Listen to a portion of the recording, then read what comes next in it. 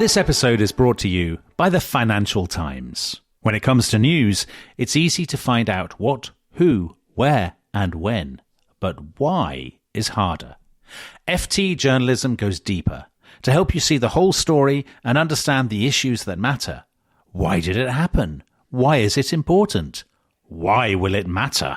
Listeners to The Rest is History can save over 40% on an annual digital subscription to the Financial Times by visiting ft.com/history. For the why, Financial Times. This is an advertisement by BetterHelp. January arrives with a sense of expectation and change. But real change is rarely loud or dramatic. It's noticing what no longer needs to be there. Thoughts you keep turning over even when they're not helping. And when you live with those long enough, they can start to feel normal until you pause and see them more clearly. That's where perspective helps. Not fixing yourself, just creating space to understand what's been weighing you down. Therapy can offer that space, a clearer view of your own patterns and what's worth holding on to. BetterHelp makes starting straightforward. You answer a few questions and they match you with a qualified therapist. If it doesn't feel right, you can switch at any time. Whether you're into New Year's resolutions or not, working to better yourself is something everyone should do. And you don't even need to bulldoze your life to do it. Simply use BetterHelp. BetterHelp makes it easy to get matched online with a qualified therapist. Sign up and get 10% off at betterhelp.com/restishistory. That's better, HELP.com/restishistory. This podcast is brought to you by Carvana. Car shopping shouldn't feel like preparing for a marathon of paperwork. That's why Carvana makes buying and financing your car easy. From start to finish, search thousands of vehicles with great prices. All online, all on your time. And when you're ready, your new car shows up right at your door. It doesn't get better than that. Buy your car the easy way. On Carvana. Delivery fees may apply.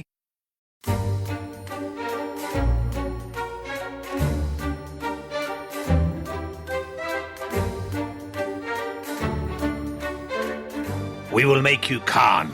You shall ride at our head against our foes. We will throw ourselves like lightning on your enemies. We will bring you their finest women and girls, their rich tents like palaces.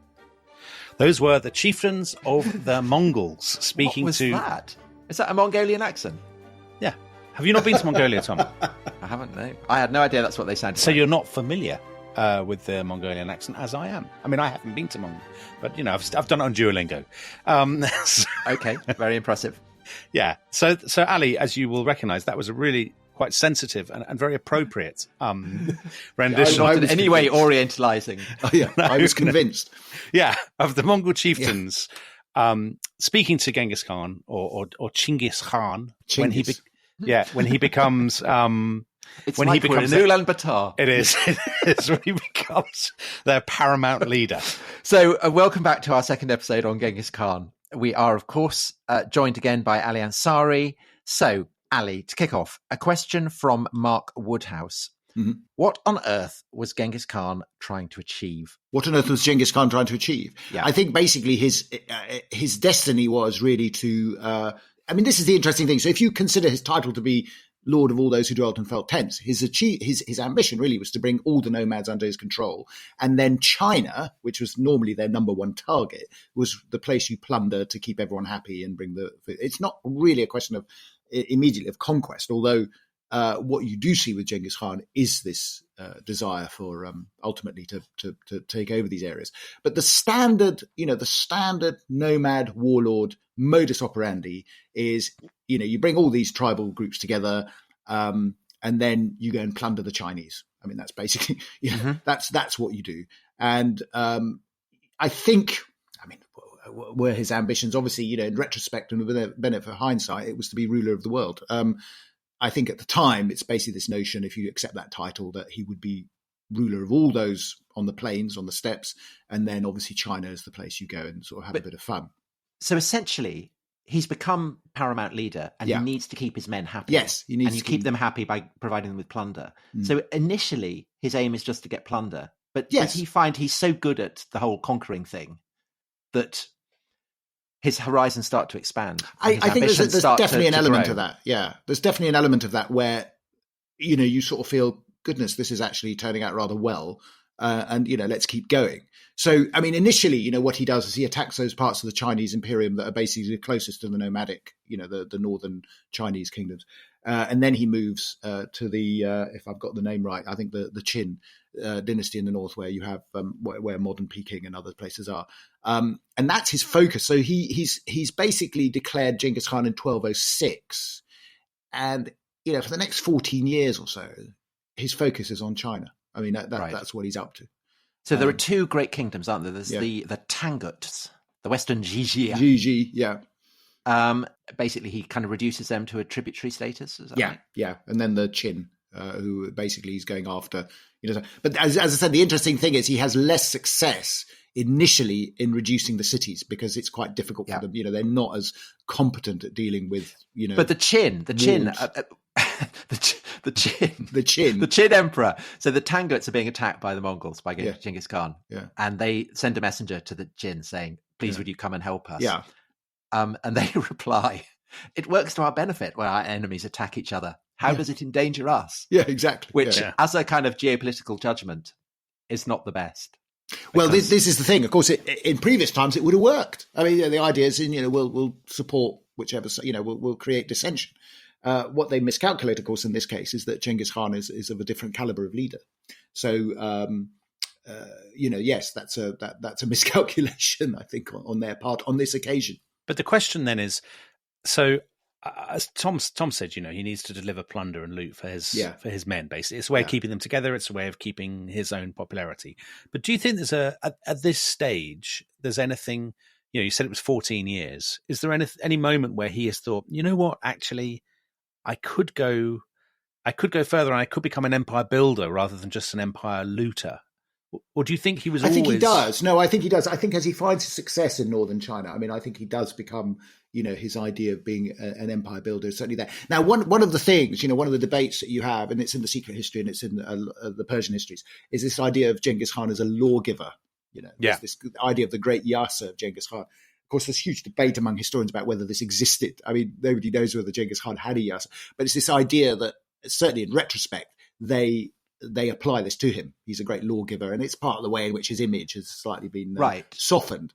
But there's no actual evidence, actually, that this great law code existed during his lifetime. So that, again, it's this sort of idea of whether he had a plan or whether it was, this is going rather well, so I will now have a plan, But so, Ali, you say, is this about the script as well? Because he devises a script, doesn't he? Well, the weird goes, well, again, it's a matter of, the secret history is written in a sort of Uyghur script. Much I have to say, to the absolute contempt of Persian historians who think this is the utmost act of vulgarity, I'm sorry to say.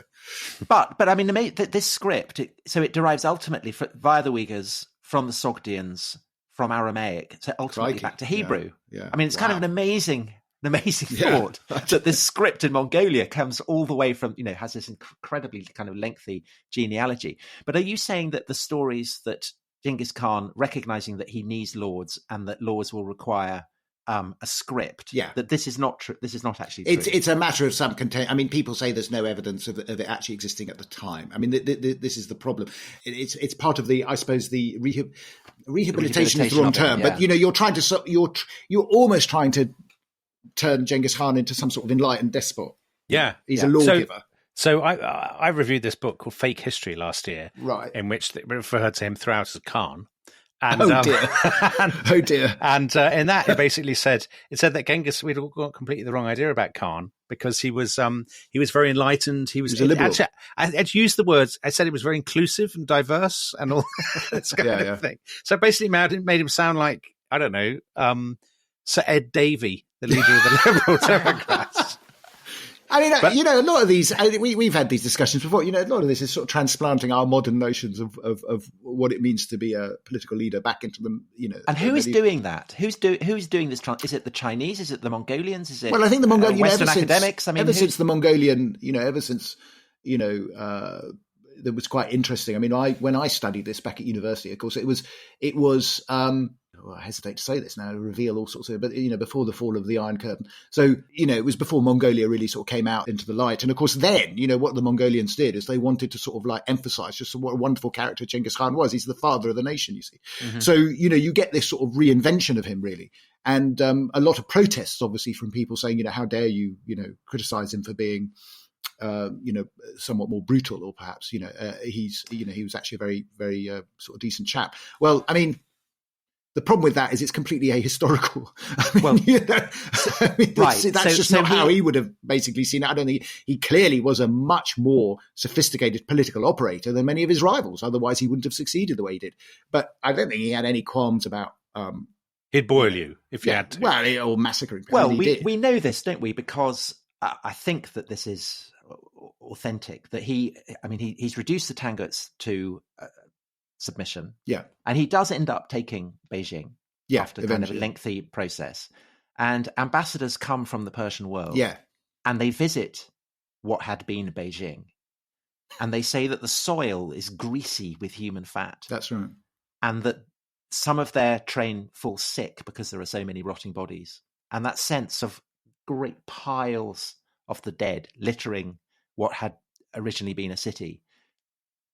I mean, presumably not invented from nothing. There must be some basis of fact for this. I mean, that's the interesting. If you look at and it is largely, you take it from many of the Persian historians that are writing at the time. I mean, it's a great, from a historical point of view, going back to our previous encounter, this is the great flourishing of Persian historians, actually. I mean, it's sort of like a great crisis, and they all have to write something and say, how the hell did this happen? But it's quite clear from the accounts that they're truly shocked at the scale of the violence. I mean, they are shocked. Now, obviously, they exaggerate. They're talking about millions of people being massacred and this sort of thing. And that, obviously that's, people will dismiss that in terms of, how realistic is that for Central Asian cities and others in Khorasan. But I think it's a good evocation of how distressed they were, about the scale of the violence. Of course, the other thing is, it is quite true that Mongol violence was not indiscriminate in the sense that if you submitted, it was fine, But if you didn't submit, it was pretty indiscriminate. I mean, that's the thing. So, there was no compromise on this. So the fact that these medieval historians, if I can put it that way, are themselves horrified at the scale. And, Tom's quote is absolutely right. I actually read, I think it was one of the Central Asia, actually in Khorasan, where they talk about, sludging through what they thought was, what they thought was something else, and then it's actually the sort of molding, the bones that have been sort of basically, effectively going into mulch. It's really quite grotesque the way they describe it, what they've encountered. It clearly expresses something that even for their time they found quite shocking. The Qin retreat and. Basically, so they've come from Manchuria, which is why their capital is Beijing. They go down to Kaifeng, that's where it becomes their capital. The Song dynasty in the south of China, that's they're as yet untouched. Yeah, that's for the next generation. And at this point, Genghis sends ambassadors westwards. He does he not, to try and kind of negotiate trading agreements? Well, he sends merchants first, and the merchants are basically roughly treated. And so talk us through that. Tell us a bit about the because there's a big state, isn't there? Yeah, the Khwarezm Shahs are basically a successor, essentially, to the, if I'm not mistaken, the Seljuks. It's basically an Iranian dynasty, if I can put it that way. And the Khwarezm Shah, it's an Iranian dynasty, but not a very good one. It has to be said. Now, there are two characters in this. There's Muhammad Shah, who's actually the king. There's his son, who's very interesting, Jalaluddin, and Jalaluddin is actually portrayed quite heroically in the accounts, and apparently Genghis Khan quite respects him because he fights. I mean, he fights when his father basically runs. I mean, he runs almost immediately. But essentially what happens, these merchants come in, I think a local governor says, you lot are old spies, and basically I think executes quite a few of them anyway. This is obviously a no-no. I mean, it's very possible they were spies. I mean, this is the other thing. I mean, it's a matter of debate. Was Genghis Khan simply going to investigate trade routes? Possibly, but his modus operandi was somewhat different. The Liz Truss. I mean, again, I don't want to be cynical about it, but at the end of the day, he probably was also going to use information. But obviously the reaction of the Khwarezm-Shahs and their governors was extremely reckless. They then send ambassadors, two Mongol ambassadors and a Muslim. I think it's the Muslim one who's actually executed because they say, what the hell are you doing? At the Mongol embassy, whatever.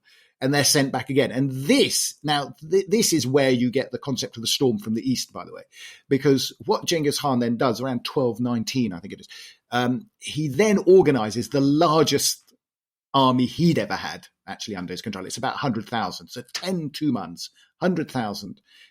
Including obviously heavy cavalry, the light cavalry, the whole works. I mean, we have this image of the Mongol army being all archers, and they're not. Quite a lot of them are heavily armored, the warriors on horseback.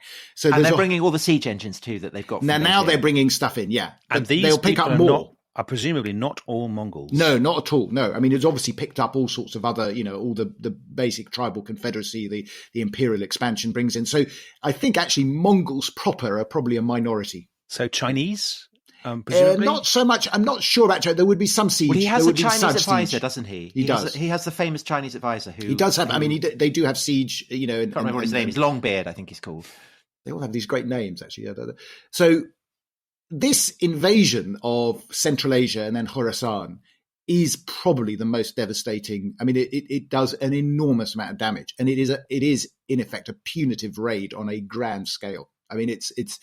And there's a wonderful account, when I say wonderful account, when he takes Bukhara, he initially going into center. So actually, let me rein back a bit there. So the Khwarezm Shah, having insulted Genghis Khan to this sort of extent, then decides that it's not worth fighting him in battle because this is a bit worrying. So he retreats into his cities and his castles and so on and so forth. Bad idea. I mean, very bad idea. He's stuck in and basically flees. His son actually does a bit of fighting, but eventually is defeated and flees to India, actually. But and does so in a very dramatic way. But what Genghis Khan does when he takes Bukhara, there's a famous account of him in Javani in particular, where he goes up to the minaret in Bukhara, having taken it. And he has this account where he says, you basically it's the Muslim justification. It says, you have sinned, your people have sinned. How do I know you've sinned? Because I'm here, basically, and I'm your punishment. And if you hadn't sinned, I wouldn't be here, basically. So he's sort of retrospective justification of what's going on. And the significant thing about that anecdote about Bukhara is that he's actually gone into the city. Yes. Which implies that normally he doesn't normally go into cities. I mean, again, it's a slightly apocryphal story in the sense that some people say, the idea that he would have gone up and made that statement seems to be really... an embellishment of later, basically Persian historians saying, how do we explain this complete catastrophe that has befallen us? It must be because we've all sinned.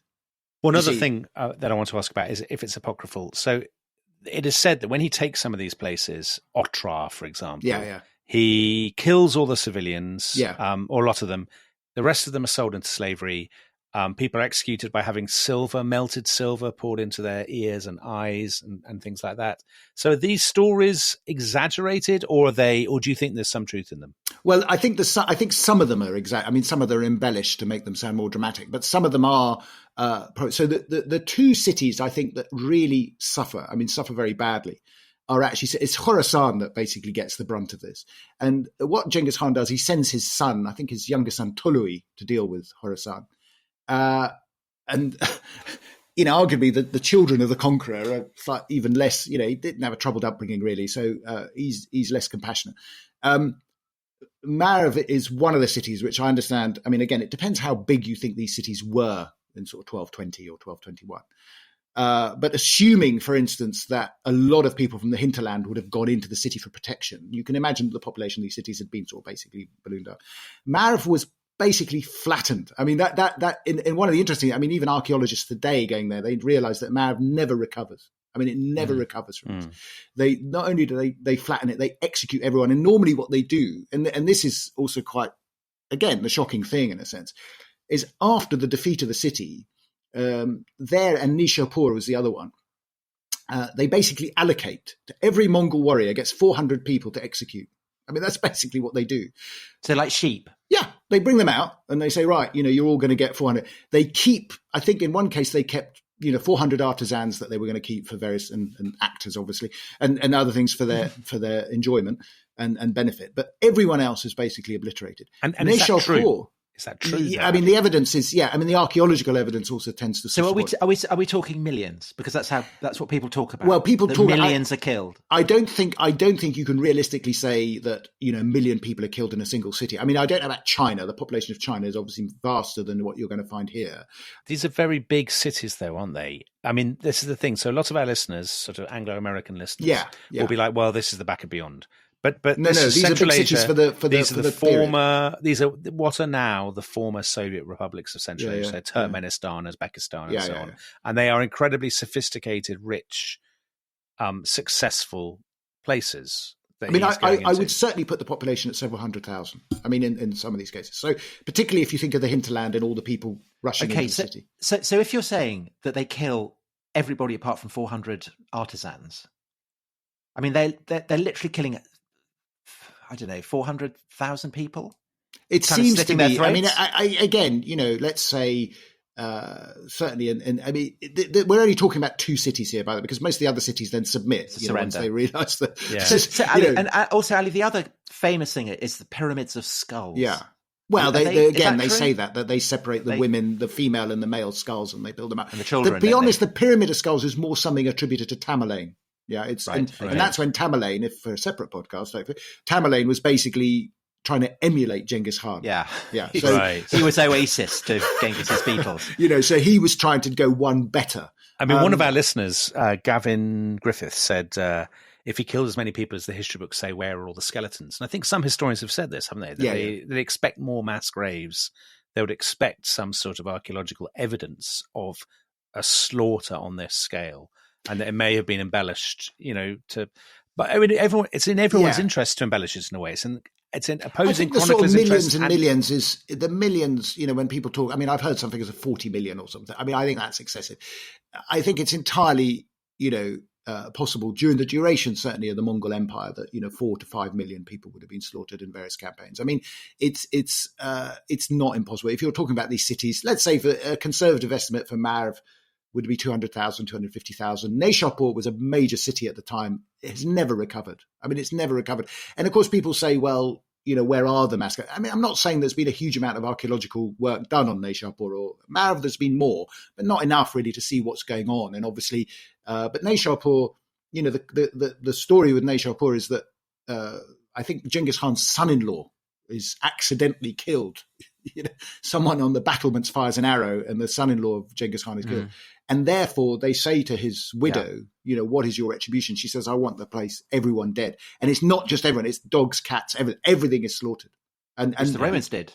So that, so again, I wouldn't want to, I think people, there's an attempt to, I suppose, revise the scale of the Mongol devastation.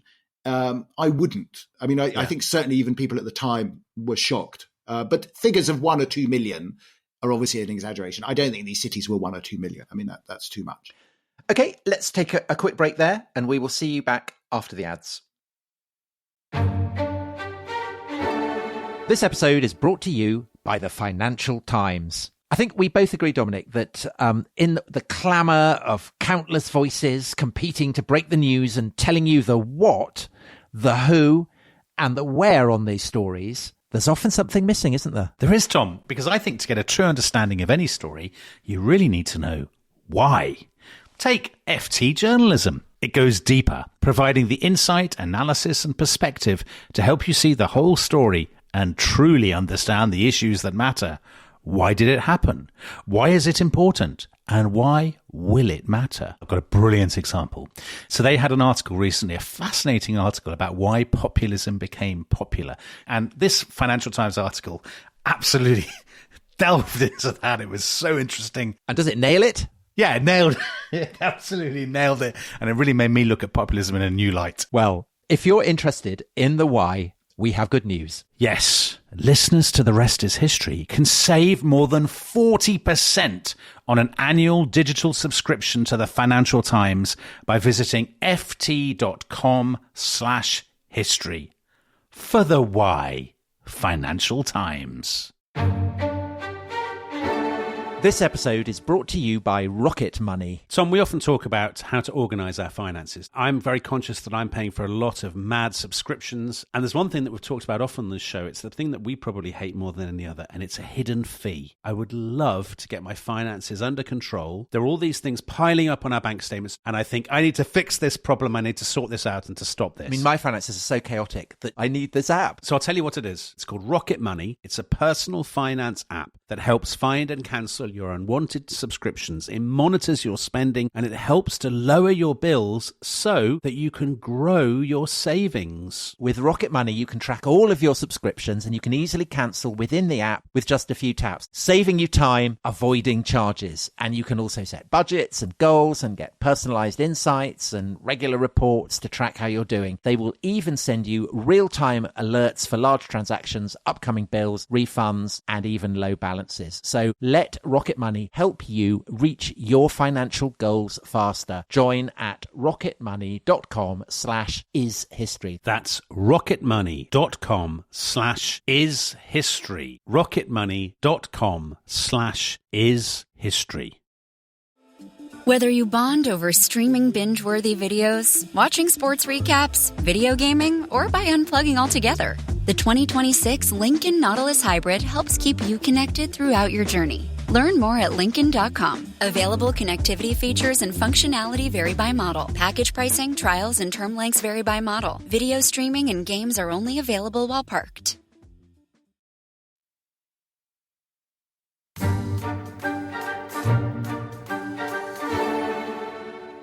Welcome back to The Rest is History.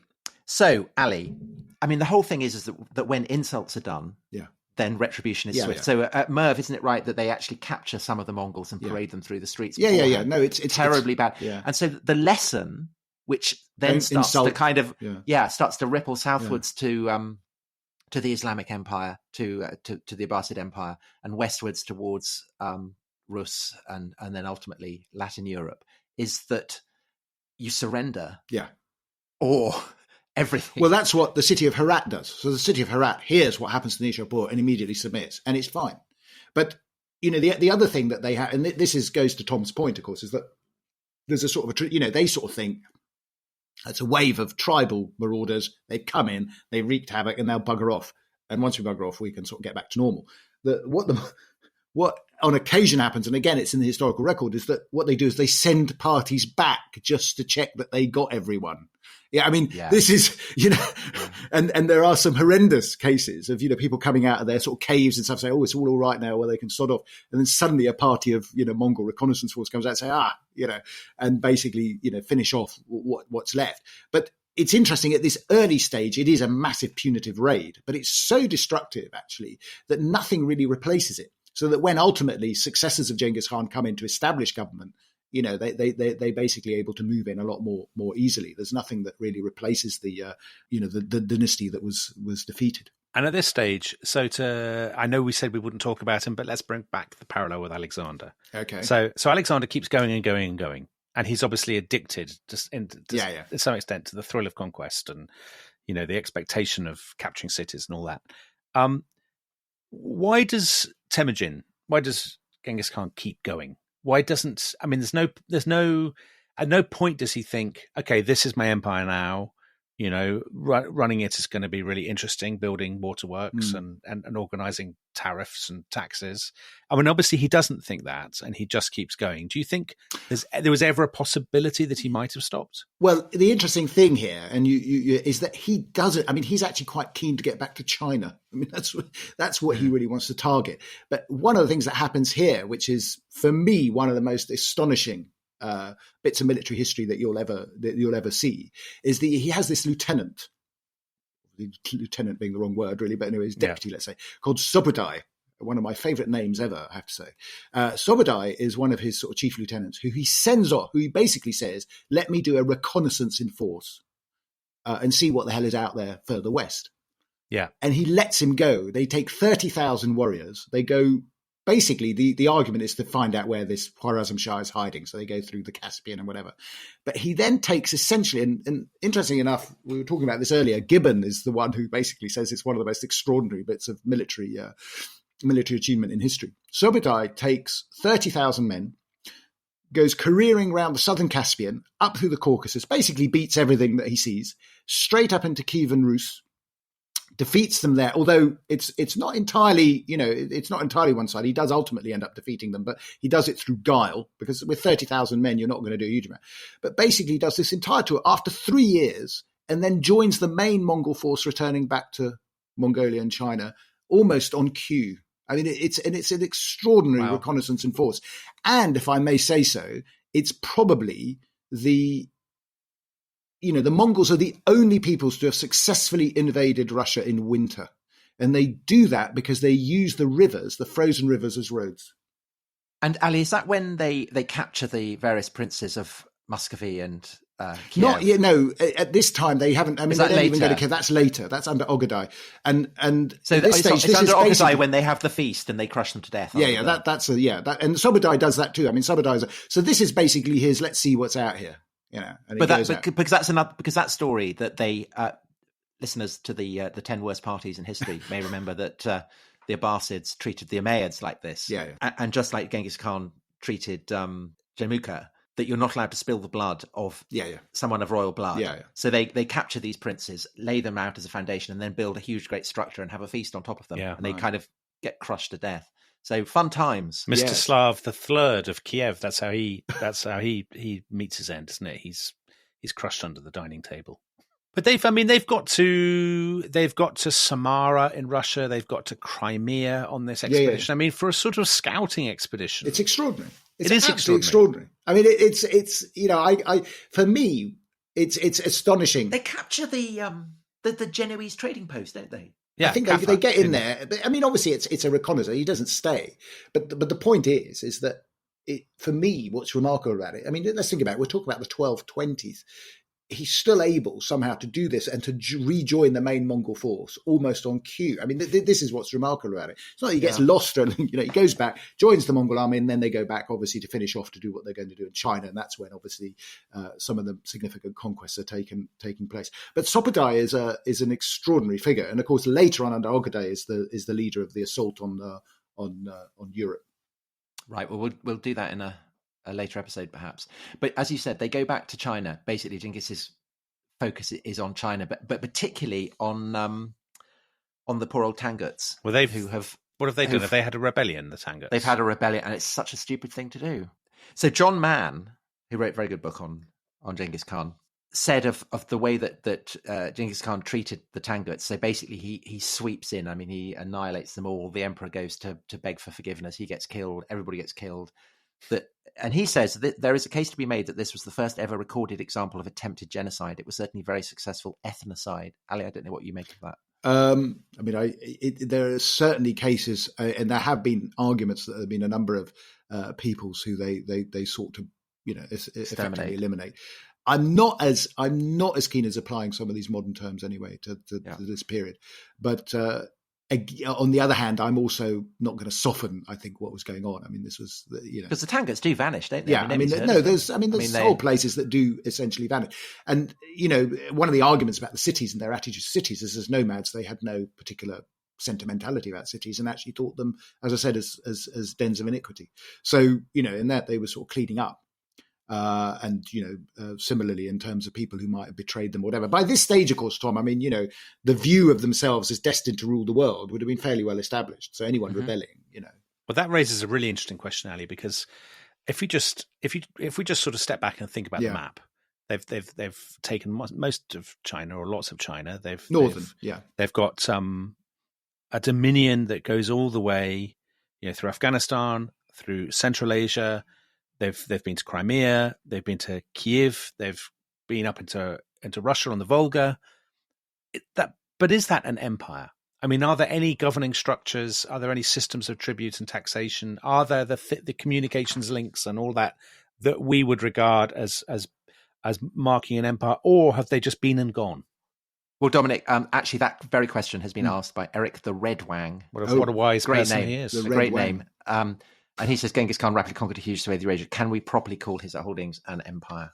I think at this stage, it's a tribal confederacy. And there are large parts of it that remain that really throughout, even when you get to, Kublai Khan and the others. it does develop. I mean, they do bring in administrators to run the thing for them, basically Persian and Chinese. I mean, that's right. basically where the administrators come. But it is a quintessential example of small government in practice, it has to be said. I mean, that you do not have a bureaucracy in the sense that we would understand it, except certainly outside the Chinese and Persian sort of conquests. But it is essentially run through the family and the extended family and the blood brothers and others.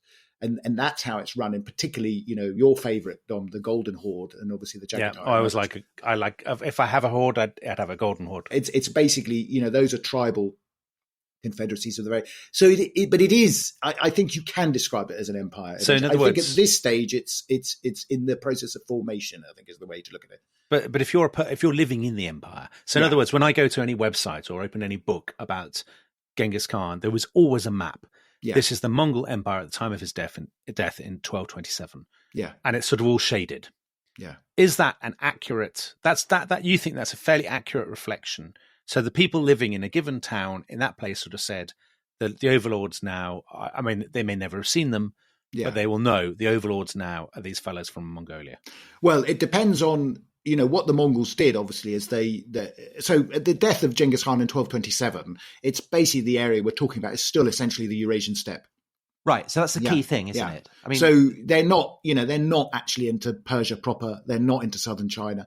Obviously, if you're a peasant or whatever, I mean, perhaps the relationship you have is no different because you're still paying your taxes to your local lord. The fact is your local lord is then going upwards and eventually who's being getting the benefit of that labour is obviously a Mongol warlord of some sort. Yeah. So there's a Mongol warlord on the ladder at the top. I think by the time that the histories are being written, so when Giovanni writes his history, and I think he finishes it in 1260, he spent a decade writing it, and the fact that he goes to Karakoram to investigate the secret history and to write the history of the Mongols, the fact that he can go from Persia to Mongolia without being hassled, without being harassed, shows that this is a, So, I mean, Ali, if you put this in the broadest historical sweep, essentially the whole history of Eurasia, you could say, has been about the tension between settled empires and nomads beyond the limits of those empires. That those are the two ways in which humans,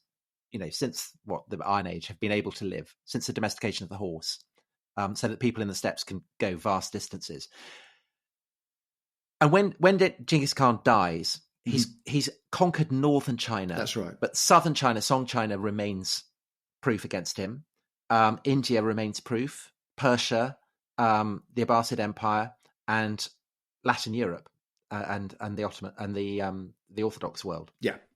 The question that the Mongols face when Genghis Khan dies is, can they go beyond just being a steppe empire? Yeah. And actually absorb these very, very ancient settled cities?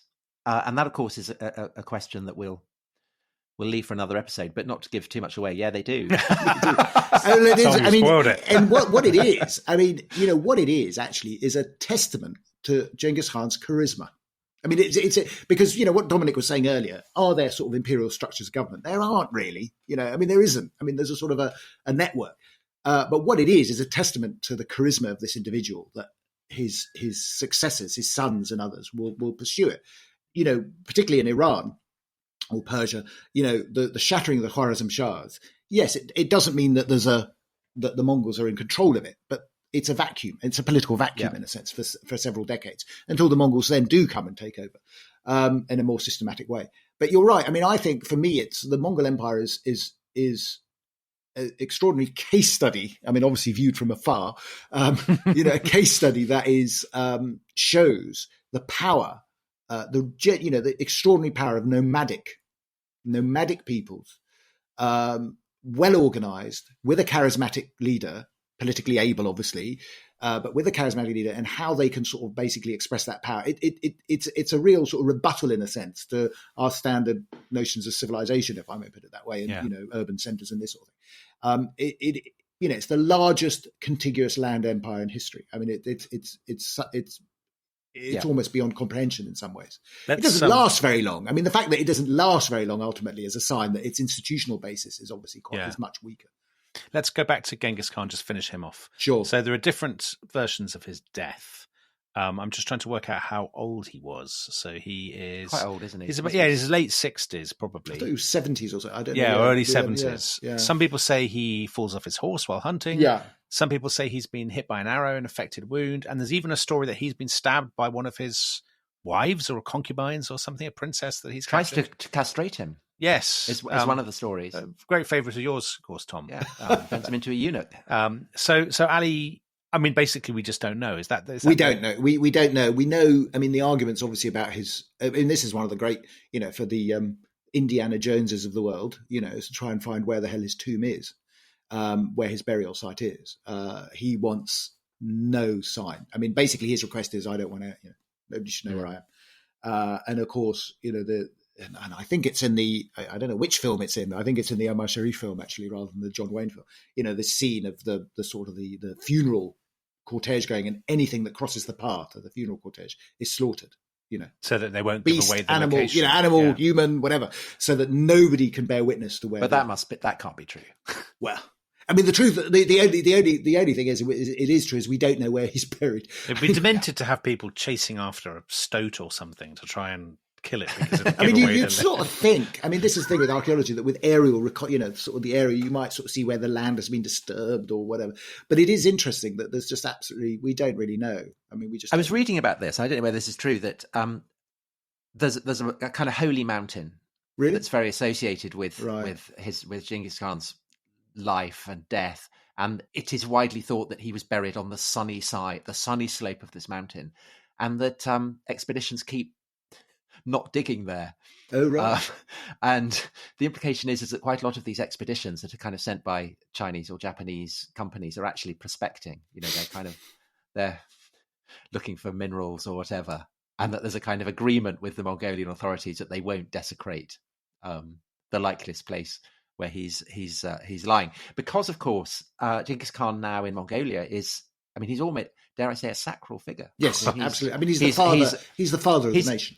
Well, but more than that, I mean, he's a religious figure. Yeah. He's seen as someone who is a kind of interface between the divine and the mortal. So has this incredible kind of resonance. I mean, there's a wonderful from Matt Yuki, who said, in Ulaanbaatar, I sat in the Genghis Khan pub on Genghis Khan Street, eating a Genghis Khan burger and drinking Genghis Khan vodka. And of course, I mean, and this is the thing. The thing is, he was a teetotaler. I mean, he didn't drink. The Mongols drank heavily. I mean, they drank this, was it kind of fermented mare's milk, fermented mare's milk, which, I mean, it's called arak, which every sort of like vodka that we have in Central Asia is called arak, but they kumis, I mean, basically. But interestingly, Genghis Khan himself was a teetotaler. Kublai Khan and the others, on the other hand, drank heavily. I mean, heavily. Ogedei was a massive drunk. I mean, all the Ilkhanate, interestingly, in Iran, basically were alcoholics. I mean, it was that bad. But I think the Mongolian government brought out a vodka, called, Genghis Khan vodka or something. And someone pointed out that actually, I mean, since he never drank, that's wholly inappropriate. But, they want to make the most, obviously, of the legacy. Course. And there've been some other films that have been made and whatever that obviously look at his rise and slightly, and how should we remember him, Ali? Should we? I mean, how should we remember him? I mean, is he a figure of fable? Is he a historical figure? I mean, he obviously is a historical figure, but so much of what we think we know about him is on uncertain foundations. But also, we in the 21st century are much more. I mean, by and large, we're much slower to embrace great men of history who have piled up pyramids of skulls than our predecessors would have been. So, do you think? I mean, is it right that we remember him as this dreadful monster, or do you think actually that's orientalizing and we're projecting a sort of, this sort of idea of the East as savage and all that? Yeah, no, I mean, I think you have to just see him as a figure of his time, in the sense of, but without, sanitizing the whole thing and sort of trying to say that somehow he was a, eco warrior of some sort, or it wasn't quite so bad and this sort of thing. I mean, it's certainly true that I think some of the tropes about the Mongols, the horde being one of them, by the way, and also the sort of indiscriminate violence. It wasn't actually indiscriminate violence, but it was violent. Targeted. Yeah, it was targeted, but it was violent. I mean, if you rebelled, that was it. And they struck terror. I mean, their use of terror was extremely sophisticated, if I can put it that way. So, I think the whole experience, and I teach the Mongol Empire and stuff like, I always use the Mongol Empire as an excellent case study of, what nomadic peoples can do. I mean, with charisma, with limited institutions, with, it's almost antithetical to our understanding of what an empire should be. And yet it was, the most extensive empire that in territorial terms, certainly the contiguous land empire, certainly that we've seen. But it's also, it's interesting because of the whole discussion on empire, of course. People are much more comfortable in talking about the Mongol Empire, if I can put it that way, than they may be of other empires. But the Mongol Empire is it. The Mongol Empire is really what everyone reacts against. Just to end this with three fields. Three. Tom, three mighty fields. 3 fields of science. And I can see Dominic's happy face light up. That obviously there's so much that we don't know about the early years of Genghis Khan and about the growth of the Mongol Empire and all that kind of thing. But that scientists have kind of shed light on 3 distinct areas. And one of them is a question that millions of people on the Discord and on Twitter asked. So Oliver Mason is representative. Is it true that an enormous proportion of people currently alive share his DNA, about 1 in 10? I don't know. That's interesting. I've heard that. I've heard that. Okay. Well, so I asked Adam Rutherford, very distinguished scientist, knows all about this stuff. So I said, how many of us are related to Genghis Khan? He said, not properly accounted for, but the answer is in the millions. He's long enough ago and had so many children that he acts as a near isopoint like Charlemagne. Yeah. So, and then he's talking about the isopoint for Europe being around at 1000 AD, which means anyone who has living descendants from that time or earlier is the ancestor of all Europeans. And this always kind of makes my head explode. I know it does. Anyone who lived in the number of 1000 AD is your ancestor. I calculate that the chances that Edward III is not the ancestor of anyone today with British ancestry is 10 to the power of minus 21.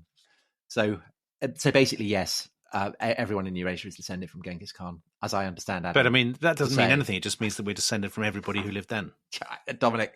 Sorry, Tom. I don't want to. I don't know. And then, Ali, this was the other one that you pointed out to me, which is, and you mentioned it just briefly back then, Genghis Khan as eco-warrior. Yeah. So do you want to just tease that? Well, there's been this. Again, the question is was he a conscious eco-warrior or not? I mean, there are some people that sort of say, well, his demolition of cities and stuff was great for CO2 output and this sort of thing. I mean, it's a robust policy. I mean, returning to nomadic ways of life is rather good. Extinction Rebellion. Yes, I mean, it's again, I think this is wholly far-fetched and quite unreal. I mean, it's not something that would have crossed his mind. But it's interesting that people try and, I don't know why they're determined to, obviously to find something positive to say. But, I think there's huge amounts of interesting things to say about Genghis Khan and the Mongols. I mean, I think they're fascinating, but eco-warrior, environmentalism isn't one of them. So just to be fair, and I'm reading the study that you sent me, it's from the Carnegie Institution's Department of Global Energy, came out in 2011. Yeah. And it concluded that Genghis Khan single-handedly scrubbed 700 million tons of carbon from the atmosphere. I know, exactly. I mean, it's brilliant. So, but I mean, I can see he was calculating that as he was doing it. So that's about. So just to put that in perspective, that's about the quantity of carbon dioxide generated in a year through petrol. Wow. Through petrol consumption. Okay, and then there's the third one, which I think is really probably the most interesting in some ways, isn't it? Yeah. Which is this idea that the Mongols played the key role in what became the Black Death in Europe. Through the marmot, as you said. Yeah. Through the marmot. So attentive listeners may remember that we mentioned how Temujin, when he was on his uppers, was reduced to eating marmots. And marmots are a kind of rodent, aren't they? That's right. That inhabits the steppe. And they're a kind of snack. And they use the skins. So the Mongols used the skins. So they would have carried these unfortunate little rodents as snacks or as furs or whatever with them as they spread. And it's turned out that there are 4 distinct strains of bubonic plague, all of which follow their growth follows the track lines of 4 different directions taken by Mongol armies. Yeah. So that's the thesis presented by argued by Monica Green, who's a professor of history, I think, at And basically, because of the speed at which they expanded into different areas, they carried this sort of the virus with them. I mean, the only question I have on that hypothesis, in a sense, is to what extent the Mongols themselves were vulnerable to this sort of to this virus, to the plague themselves. And again, I don't know actually the answer to that, really, in a sense. But it seems to be that where they immune themselves and simply carrying these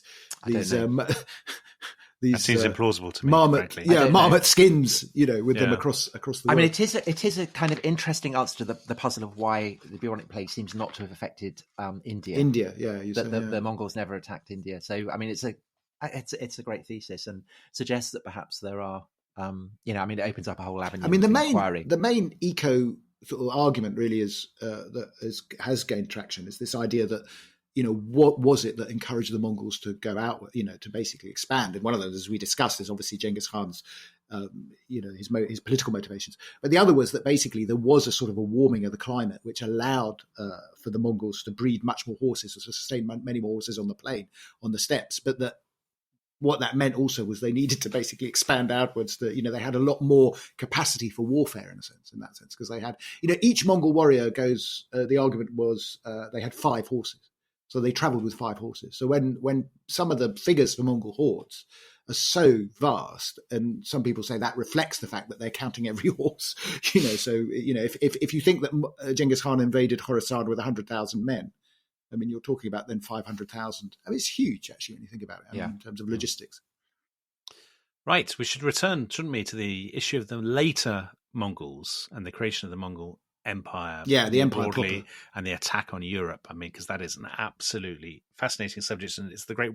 I mean, we've talked so much about what ifs in history, and of course, that is one of the great what ifs, isn't it? What if the Mongols had kept going, or maybe they couldn't have kept going? Well, we can discuss that another time, Ali. Don't answer that question, because we'll be here for hours.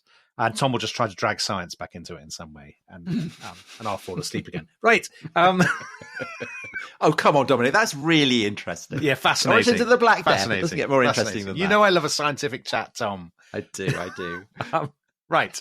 Ali, thank you so much. That was brilliant. You. Really enjoyed it. A stiff drink of fermented mare's milk. I want to do a shout out to my students in St Andrews, Dom.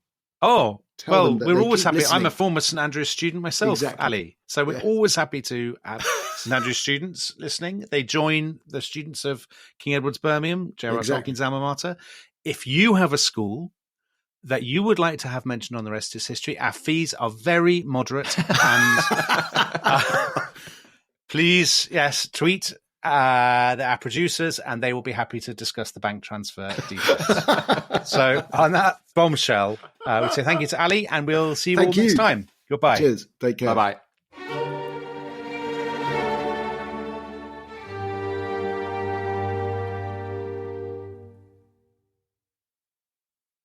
Thanks for listening to The Rest is History. For bonus episodes, early access, ad-free listening, and access to our chat community, please sign up at restishistorypod.com. That's restishistorypod.com.